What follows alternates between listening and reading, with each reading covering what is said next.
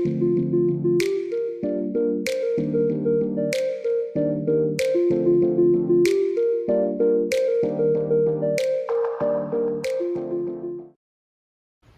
assalamualaikum warahmatullahi wabarakatuh. Waalaikumsalam warahmatullahi wabarakatuh. Kok bingung jawab salam, Pak? Selamat pagi, Bapak-bapak semua. Pagi Lah. Bagaimana kabarnya hari ini? Alhamdulillah sehat. Alhamdulillah. Alhamdulillahirrahmanirrahim. Perkenalkan, nama saya Abian Faiz Yutamaka. Saya sebagai mahasiswa dari Politeknik Negeri Jember, jurusan Produksi Pertanian, lebih tepatnya program studi budidaya tanaman perkebunan. Di sini saya akan melakukan penyuluhan pertanian. Adapun tujuan dari kegiatan penyuluhan ini yaitu untuk meningkatkan pengetahuan dari bapak-bapak sekalian sebagai petani, terutama petani jagung, tentang pemupukan yang benar. Oke.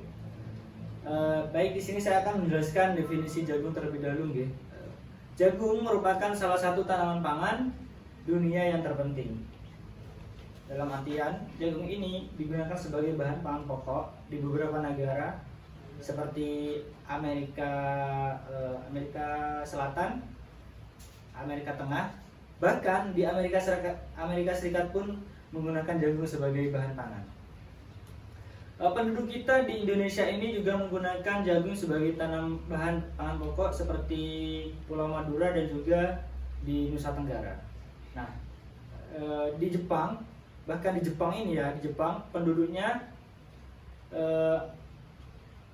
telah mencampur polimer jagung dan plastik menjadi bahan baku casing komputer. Mungkin kita di sini belum menjumpai hal tersebut, namun kalau bapak-bapak dan ibu-ibu sekalian berkunjung ke sana pasti menjumpai yang namanya casing komputer menggunakan bahan baku dari jagung, campuran jagung dan plastik. Nah, jagung ini memiliki syarat tumbuh, Bapak. Jadi supaya tumbuhnya bisa optimal ada beberapa syarat tumbuh jagung. Yang pertama ada iklim. Nah, iklim ini harus subtropis ataupun tropis. Curah hujan ideal adalah 85 sampai 200 mm per bulan dan harus merata, Bapak. Jadi kalau misalkan curah hujannya kurang dari misalkan 70 mm per bulan, nah itu kan kurang. Jadi kemungkinan tanaman jagung tidak bisa tumbuh optimal. Suhu optimum yang baik adalah 21 sampai 34 derajat Celcius. Intensitas cahaya matahari langsung minimal 8 jam per hari. Nah, jagung ini juga syarat tumbuh jagung ini juga yang kedua ada ketinggian, Bapak. Jadi jagung dapat tumbuh optimal pada daerah yang mempunyai ketinggian antara 1000 sampai 1800 meter di atas permukaan laut dengan ketinggian optimum antara 50 sampai 600 meter di atas permukaan laut. Lalu ada media tanah, Bapak. Jadi jagung itu faktor syarat tumbuh jagung ini yang terpenting adalah media tanah yang digunakan. Jadi tanah yang digunakan harus memiliki tekstur gembur dan juga pH tanahnya 5,5 sampai 7,5. Jika pH-nya asam, pH tanah asam, maka atau kurang 5,5, maka sebaiknya ditambahkan dolomit atau kapur pertanian. Kapur pertanian ya, Pak, bukan kapur Barus. Bukan. Jenis tanah yang dapat ditoleran pada syarat tumbuh jagung yaitu andosol, latosol dengan syarat pH harus memadai. Seperti yang dijelaskan pada poin kedua yaitu pH-nya 5,5 sampai 7,5. Jagung juga butuh air, Bapak. Jadi di sini kalau boleh tahu jagung itu sumber air di sini tuh dari mana nih kalau boleh tahu? Langsung dari pegunungan gitu. Ya. Wah, enak kalau gitu, Pak. Jadi selama ini kan nggak ada kesulitan untuk airnya ya, Pak? Ada. Baik. Syarat tumbuh jagung yang selanjutnya yaitu memiliki kemiringan tanah kurang dari 8%, Bapak. Jadi kalau misalkan lebih dari 8% itu nggak baik, Bapak. Baik, selanjutnya ada tujuan pemupukan. Tujuan dari pemupukan ini yaitu menyediakan unsur hara yang cukup bagi pertumbuhan benih jagung, yang mana fungsinya itu memperbaiki sifat fisik, kimia dan biologi tanah serta menetralkan pH tanah. Pemupukan dilakukan sebanyak 2-3 kali dalam satu masa tanam, tergantung dari tingkat kesuburan tanah dan jenis benih yang digunakan. Jagung hibrida biasanya membutuhkan pemupukan yang lebih banyak dibandingkan dengan jagung biasa. Jenis pupuk yang dibutuhkan dalam tanaman jagung harus mengandung unsur atau memenuhi unsur N, nitrogen, P, fosfor, dan K, yaitu kalium. Nah, unsur N ini memiliki fungsi antara lain memacu pertumbuhan akar dan membentuk sistem perakaran yang baik. Unsur P ini bisa didapatkan dari sp36. Nah, selanjutnya ada, maaf tadi itu unsur N gitu. Unsur N itu saya lupa, maaf. Unsur N itu memiliki fungsi antara memacu pertumbuhan vegetatif tanaman, membuat tanaman lebih hijau, mempercepat pertumbuhan tanaman, dan menambah kandungan protein hasil tanaman. Unsur N bisa didapatkan dari urea. Selanjutnya ada unsur P. Unsur P memiliki fungsi yaitu memacu pertumbuhan akar, membentuk sistem perakaran yang baik, dan juga membiarkan pertumbuhan jaringan tanaman yang membentuk titik tumbuh, memperbesar persentase terbentuknya bunga menjadi buah tanaman, serta memacu pembentukan bunga serta buah dan biji. Nah, unsur P ini bisa didapatkan dari mana? Nah, unsur P ini bisa didapatkan dari sp36. Selanjutnya ada unsur kalium, K, memiliki fungsi antara lain sebagai aktivator enzim.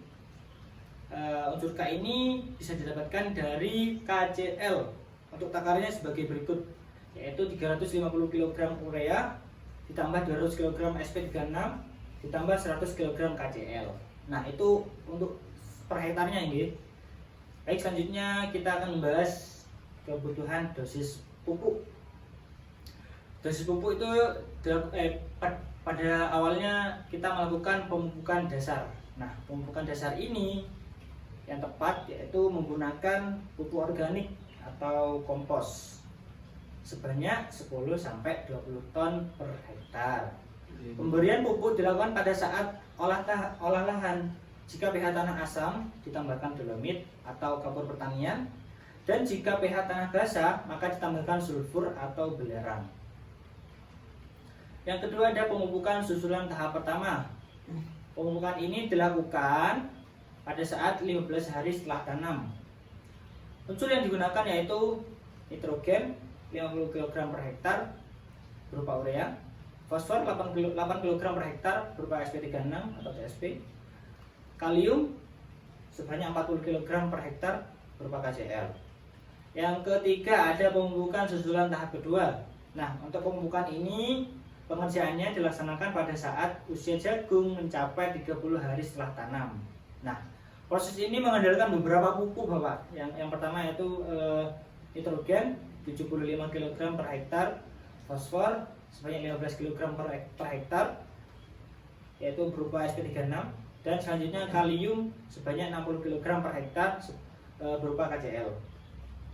Yang keempat ada pemupukan susulan tahap ketiga. Nah, pemupukan ini yaitu dilakukan untuk memenuhi kebutuhan unsur hara yang berfungsi untuk pembentukan buah jagung, sehingga unsur hara P harus lebih dominan dan mengurangi unsur hara N agar tanaman kita tidak rentan terserang hama maupun penyakit.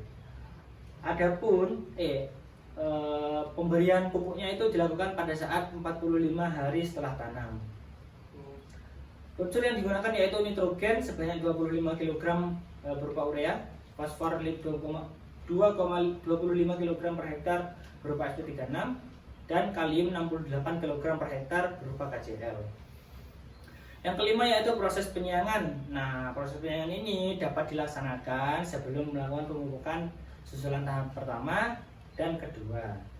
Nah, yang selanjutnya ada proses panen. Nah, ini jagung dapat dipanen setelah berusia 120 sampai 130 hari. Mungkin kalau misalkan kita gampangnya dalam bulan itu 4 bulan berapa hari. Kalau misalkan 120 hari ya mungkin 4 bulan 1 minggu. Nah, itu bisa dipanen. Ciri-ciri tanaman jagung yang siap dipanen mungkin dari bapak-bapak di sini ada yang tahu? Mungkin dari Bapak Firza? Itu apa? Kulitnya mengering. Ya, selanjutnya Bijinya mengeras. Bijinya mengeras. Baik, selanjutnya Warnanya kekuning-kuningan.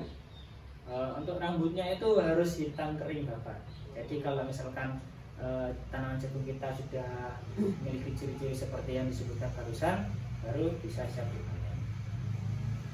Mungkin sampai sini ada yang masih bingung dan mau ditanyakan, monggo.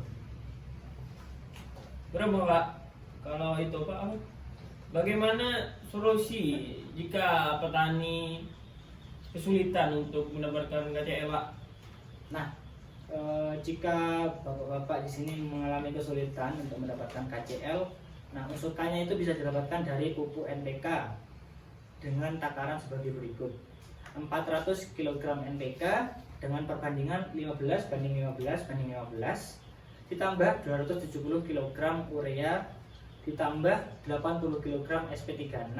Nah, itu penerapannya pada setiap hektar ya Pak. Jadi mungkin itu bisa dicatat. Mungkin ada lagi? Sampun gitu. Baik, di sini saya dapat menarik kesimpulan mengingat akan pentingnya peranan unsur hara yang diperlukan tanaman jagung tersebut, maka pemupukan mutlak diperlukan agar unsur-unsur yang dibutuhkan tanaman jagung tersebut dapat dipenuhi. Nah, di sini ada 5 prinsip Bapak. Yang pertama ada tepat dosis, tepat jenis, tepat waktu, tepat cara, serta tepat sasaran. Nah, tepat dosis itu apa sih? Tepat dosis itu merupakan takaran kebutuhan yang diperlukan oleh tanaman selama periode proses produksi tanaman dalam 1 hektar. Di mana takaran kebutuhan tersebut sebenarnya sangat tergantung pada kesuburan lahan tanaman. Karena dosis pemupukan sebenarnya akan berbeda di satu tempat dengan tempat pertanaman lainnya. Selanjutnya ada tepat jenis. Nah, tepat jenis ini merupakan sangat berpengaruh terhadap kandungan unsur hara yang akan diberikan kepada tanaman. Jenis pupuk yang biasa digunakan adalah pupuk dengan kandungan unsur hara nitrogen N, fosfor P, dan kalium K, seperti yang barusan kita bahas gitu. Yang selanjutnya ada tepat waktu. Nah, waktu ini sangat penting Bapak. Waktu pemberian pupuk sangat berpengaruh terhadap efektivitas serapan hara yang dilakukan oleh tanaman. Waktu pemberian pupuk erat kaitannya dengan umur tanaman. Di setiap periode umur tanaman memerlukan jenis dan jumlah unsur hara yang berbeda. Nah, yang selanjutnya ada tepat cara Bapak. Tepat cara itu cara memberikan pupuk, mempengaruhi efisiensi penggunaan pupuk dan efektivitas serapan unsur hara oleh tanaman jagung. Nah, cara pemberian pupuknya itu gimana? Cara pemberian pupuk yang baik adalah dengan cara meletakkan pupuk di samping tanaman sejauh 7 sampai 10 cm. Pupuk dimasukkan ke dalam lubang 3 sampai 5 mm. Nah, pembuatan lubang ini dilakukan dengan cara ditugal. Dengan memasukkan pupuk ke dalam lubang tersebut dapat menghindarkan tererosinya pupuk oleh air yang kemungkinan terjadi itu karena hujan lebat maupun penguapan oleh sinar matahari. Nah, yang terakhir ini ada tepat sasaran. Nah, sasaran pemberian pupuk adalah meningkatkan kesuburan tanah sebagai media tempat tumbuhnya tanaman. Dengan meningkatnya kesuburan tanah ini diharapkan kebutuhan unsur hara tanaman akan terpenuhi sehingga proses produksi akan berlangsung secara sempurna dan produksi akan optimal. Baik, mungkin itu saja yang dapat saya sampaikan. Di sini saya akan melakukan penutupan. Ada satu kalimat quotes yang bagus. Bunyinya seperti ini. Petani gagal itu bukan disebabkan oleh hama ataupun penyakit, tetapi disebabkan oleh tata niaga yang tidak adil. Dengan harapan apa yang kami sampaikan kepada Bapak-Bapak sekalian dapat dipahami serta mudah untuk pengaplikasian pada lahan pertanian kita. Kami juga mengucapkan terima kasih banyak atas perhatian dan kesempatan Bapak untuk menghadiri kegiatan penyuluhan ini. Kami mengucapkan terima kasih banyak Bapak-Bapak mau mendengarkan dan menyimak secara kondusif dan aktif nih. Semoga kita dapat bertemu kembali di lain kesempatan. Wassalamualaikum warahmatullahi wabarakatuh. Waalaikumsalam.